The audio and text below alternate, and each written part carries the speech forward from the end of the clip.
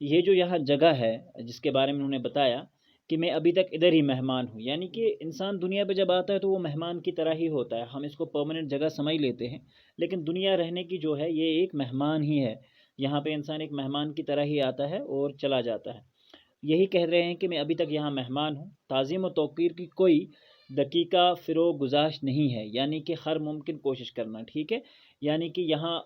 بہت اچھے لوگ بھی رہتے ہیں اور تعظیم و تکریم بھی ہے یہاں پہ۔ لڑکے اپنے لڑکوں کے بارے میں بتا رہے ہیں کہ وہ بھی میرے ساتھ ہیں اور اس وقت اس سے زیادہ میں کچھ نہیں لکھ سکتا۔ یہ فروری 1807 میں یہ غالب نے جو پہلا خط جس کے بارے میں ہم بات کر رہے تھے وہ لکھا ہے، آئی بات سمجھ۔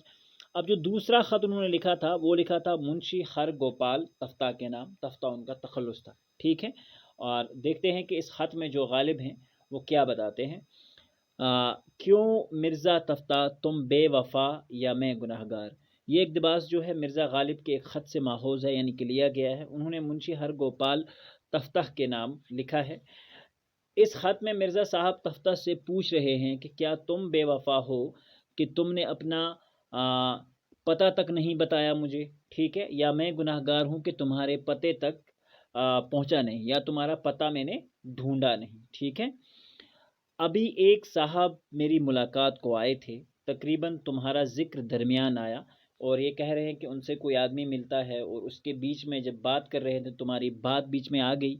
وہ کہنے لگے کہ کول میں ہیں۔ اب میں حیران ہوں کہ خط کول بھیج دوں یا سکندر آباد، آئی بات سمجھ۔ یہاں پہ کول ایکچولی کیا ہے کہ علی گڑھ کا پرانا نام جو ہے وہ کول کہا جاتا تھا علی گڑھ کو، تو آپ اس چیز کو سمجھ لیے یہاں پہ۔ اب یہ بول رہے ہیں کہ تقریباً وہ کہہ رہا تھا کہ شاید وہ اب علی گڑھ میں رہتے ہیں۔ اب میں حیران ہوں کہ خط کول بھیجوں یا سکندر آباد، اگر کوئی بھیجوں تو مسکن کا پتہ کیا لکھوں، اگر کہیں بھیجوں تو پتہ کیا لکھوں جہاں تک یہ خط تم تک پہنچ سکے۔ بہرحال سکندر آباد بھیجتا ہوں، خدا کرے پہنچ جائے۔ اب میں یہ خط جو ہے سکندر آباد کے لیے بھیج رہا ہوں، خدا کرے کہ یہ تم تک پہنچ جائے۔ تمہارا دیوان بطریق پارسل میرے پاس آیا، آئی بات سمجھ۔ یہ ان سے کہہ رہے ہیں کہ تمہارا جو خط تھا وہ مجھ تک پہنچ چکا ہے۔ میں نے ہر کار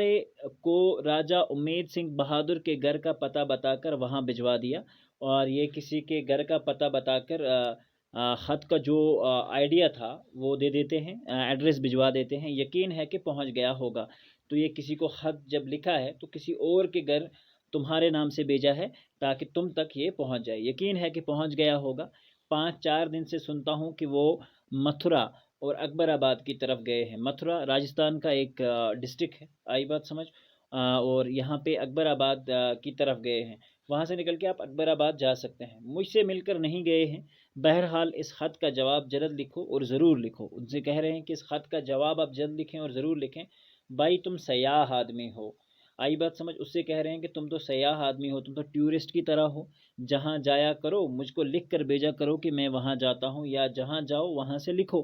تاکہ مجھے پتہ چل پائے کہ تم کہاں پہ ہو۔ تمہارے خط کے نہ آنے سے مجھے تشویش رہتی ہے، میری تشویش تم کو کیوں پسند ہے، ٹھیک ہے، یعنی کہ مجھے پریشان کرنا تمہیں کیوں پسند ہے۔ اور یہ خط جو ہے آج سے قریباً 170 سال پہلے لکھا ہوا ہے، 1850 مارچ 27 کو غالب نے لکھا ہے، آئی بات سمجھ۔ یہاں پہ ہمارے یہ دونوں خطوط جو ہیں وہ مکمل ہوتے ہیں، تو تھوڑا سا ہم خطوط کے بارے میں بات کریں گے۔ خط کئی طرح کے ہوتے ہیں، چاہے ہم دفتری کی بات کریں، کاروباری اور نجی خطوط کی بات کریں، بے تکلف ہو کے لکھے جاتے ہیں، خاص طور سے جب ایک دوست دوسرے دوست کو خط لکھے۔ آج تو ہم خط نہیں لکھتے ہیں بلکہ آج انسٹاگرام پہ ہم ریلز بنا رہے ہیں، اور اس کے تھرو ہم ویسے بھی اپنے دوستوں تک پہنچ ہی جاتے ہیں، لیکن ان ساری چیزوں سے اوائڈ کرنا چاہیے تاکہ پڑھائی پہ زیادہ سے زیادہ کنسنٹریٹ کیا جا سکے۔ بعض خطوط ایسے ہوتے ہیں کہ ان سے لکھنے والے کی شخصیت کے مختلف پہلو سامنے آتے ہیں، اور بعض خطوط میں ہم جب لکھتے ہیں کسی شخص کو، اس کی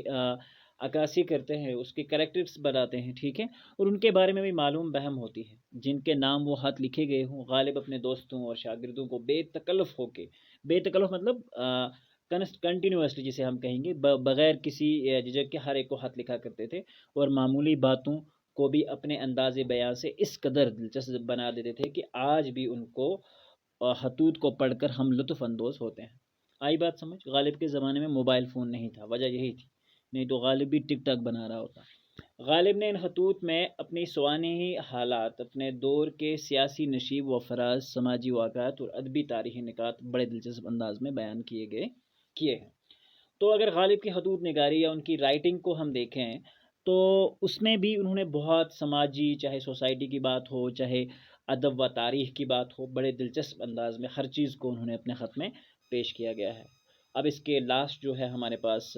الفاظ مانے بجتے ہیں: دارالسرور، سرور کی جگہ جہاں خوشی حاصل ہو، بے شبہ سے مراد بے شک ہوتا ہے، چشمہ آب حیات، ایک ایسا روایتی چشمہ جس کے پانی پینے سے زندگی ملتی ہے، شیریں سے مراد میٹھا ہوتا ہے، تردد، فکر، خوف، اور ابس سے مراد ہوتا ہے فضول، بیکار، حاجت، ضرورت کو بولا جاتا ہے، بے وسواس، بے خوف،